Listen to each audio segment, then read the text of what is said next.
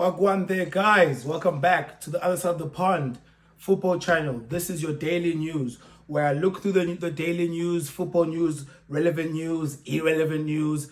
I give you what my thoughts on it and I ask for your opinion. So let's get into it. Quite a few things to unpack today, guys. Quite a few things to break down and break into.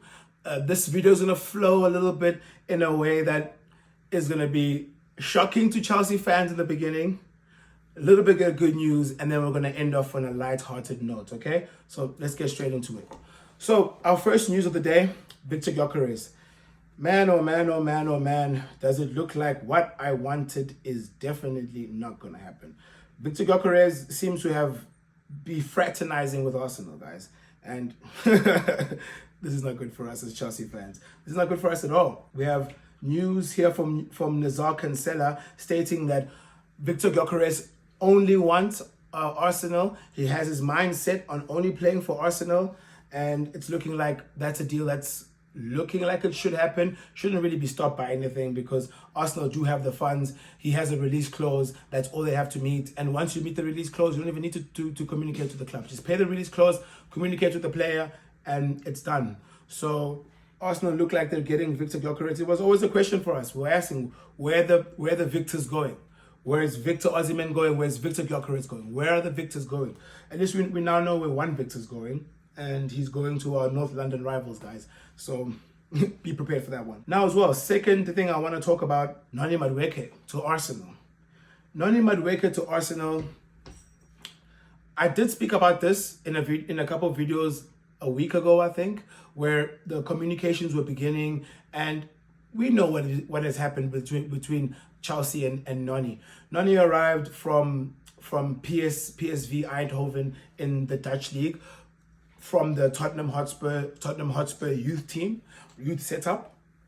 We buy this player and he develops, but his develop rate is not fast enough, if you ask me. He's not developing at the same speed of what a Cole Palmer is, of what a Moises Caicedo is. His development is a little bit short of that. Still a great player though, still a very effective winger, very fast, wants to take on his man, wants to take a shot, you know. So I think he is a good player, but his development has halted and stunted, and that's put him in trouble with the past managers we've had. Pochettino called him out, right? Enzo Maresca called him out, right? So these are two managers who have coached Chelsea who feel that Noni Madueke is playing within himself and hasn't really shone or outshowed or played out of his skin, should I say, if I can use that analogy. So it's going to be very difficult to lose a player to Arsenal, as it always has been in the past couple of years when we've lost players. But the same as Kai Havertz, man. Kai Havertz went there and he's just been nothing threatening to us. So Noni Madueke, if you choose you want to leave, I'm going to tell you exact same thing our coach told you. We only want players who want to be here, and clearly you don't want to be here. So enjoy your time at Arsenal, enjoy being a Gunner, and yeah, hope we can play you and beat you. Guys, let's speak about this. Is Arsenal a threat now? Is Arsenal a threat now? I think yes. They have been ahead of us as Chelsea for a while now, but I really feel like these improvements they're making, getting the striker that they need, getting a winger that can get them goals and assists. This is what they are missing, because they're solid at the back, guys. Let's be honest. Those two defenders that they have in Gabriel and Saliba, those boys are rocks. So I really think next season is looking like a precarious situation for the London clubs.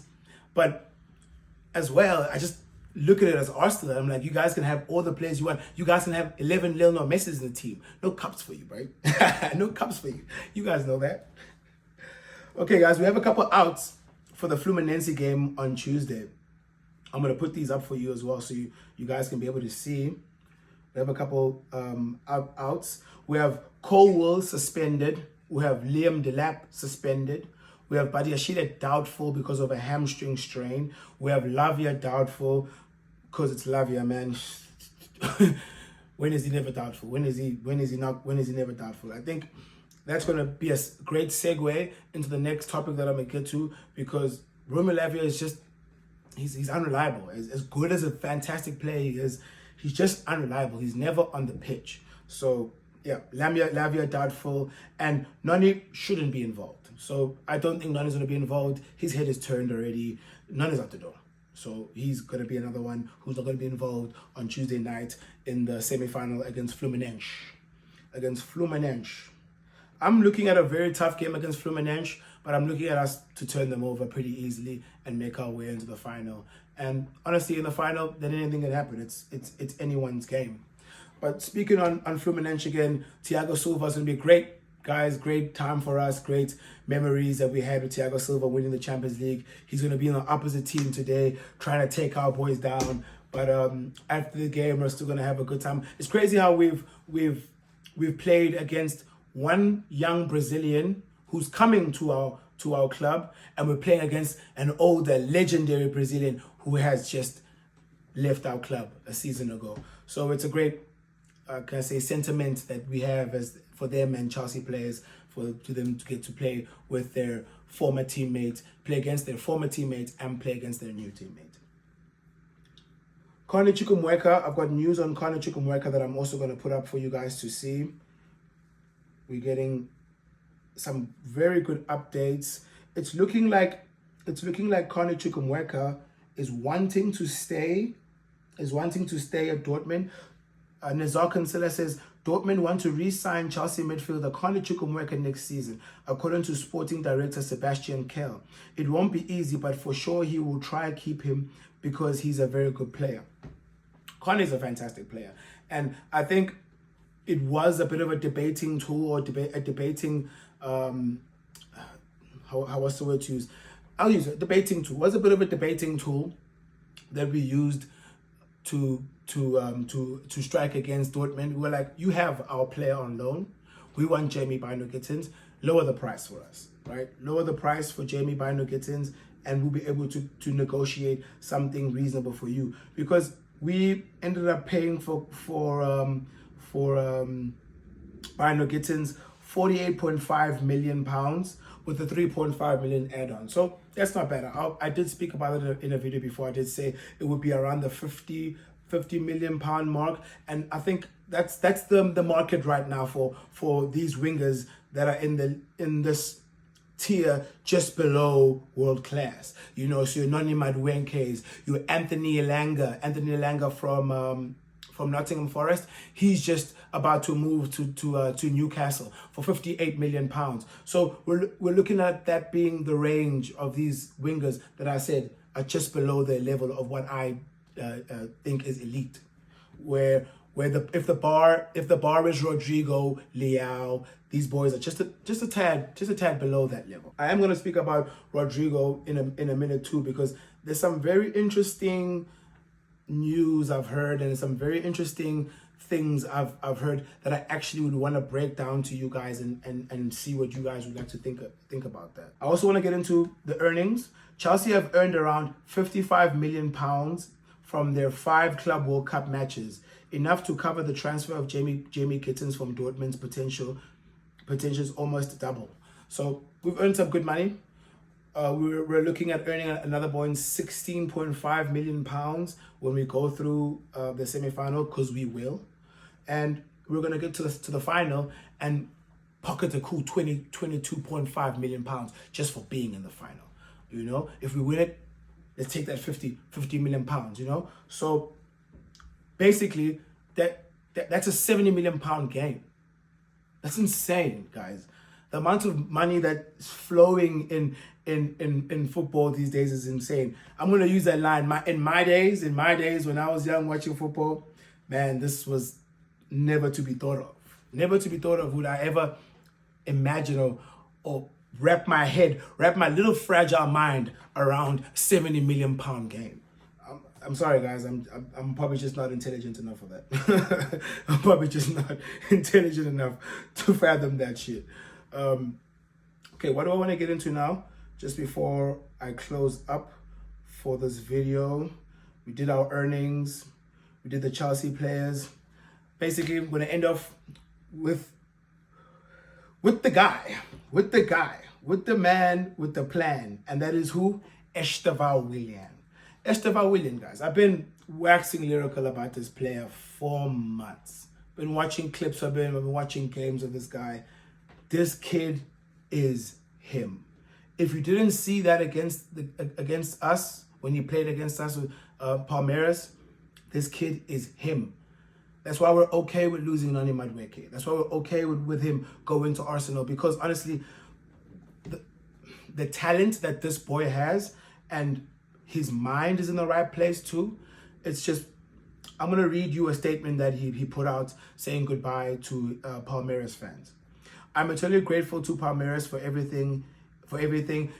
Please excuse me if the translations sound a bit weird. I'm using auto translator because Esteban Willian is Portuguese, so this is translated straight from Portuguese into English. So it sounds a bit off. It's because of the translation. I'm eternally grateful to Palmeiras for everything he has provided me so far from this time. Athletes and committee, from the base to the professional fans, all of you were essential for me to get where I am. It's great pleasure and privilege. Thank you, Palmeiras. So he posted this up. I'm going to put it for you guys to see with some beautiful pictures of the games he has played.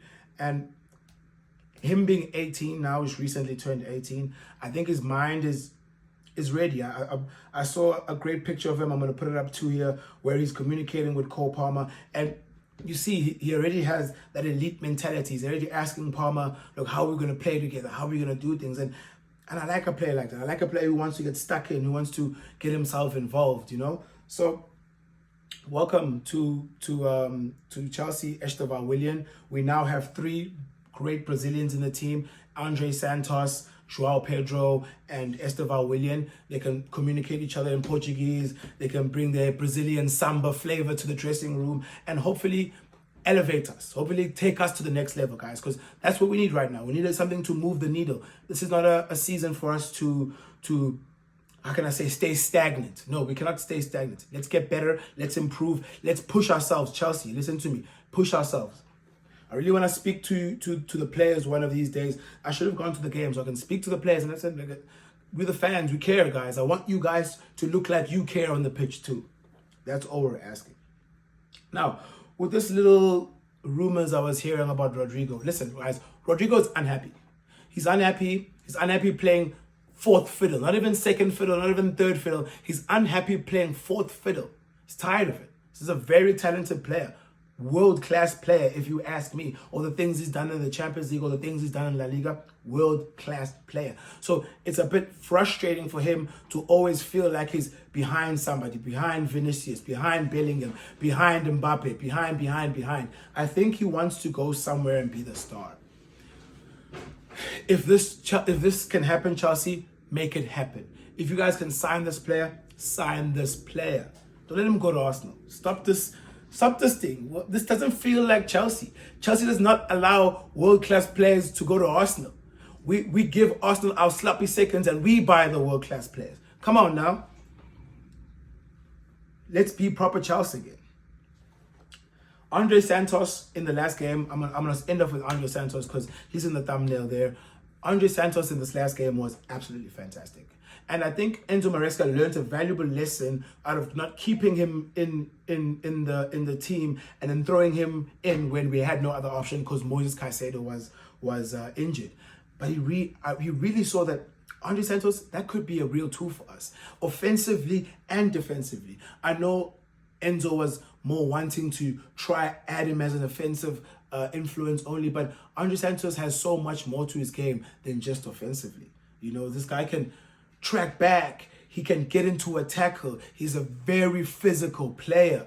And I think the 18 months he spent in the French league did wonders for him, did wonders for his personality, did wonders for his all-round game, did wonders for his physicality, because the French league is a pretty physical league as well because of the high influence of African players in this league. And we know African players are physical players. So I like the fact that Enzo Maresca was able to be humble and humble himself and know what the team needs, and the team needs a player like Andre Santos. Okay, guys, thank you so much for being with me, doing all these news. Please, I've been seeing a lot of engagement from the videos and a lot of comments. I would like to build a community here. Please carry on commenting. Don't be afraid to leave your thoughts on how the videos are going or how the editing is. I'm always ready to hear any feedback from you guys. And yeah, peace out.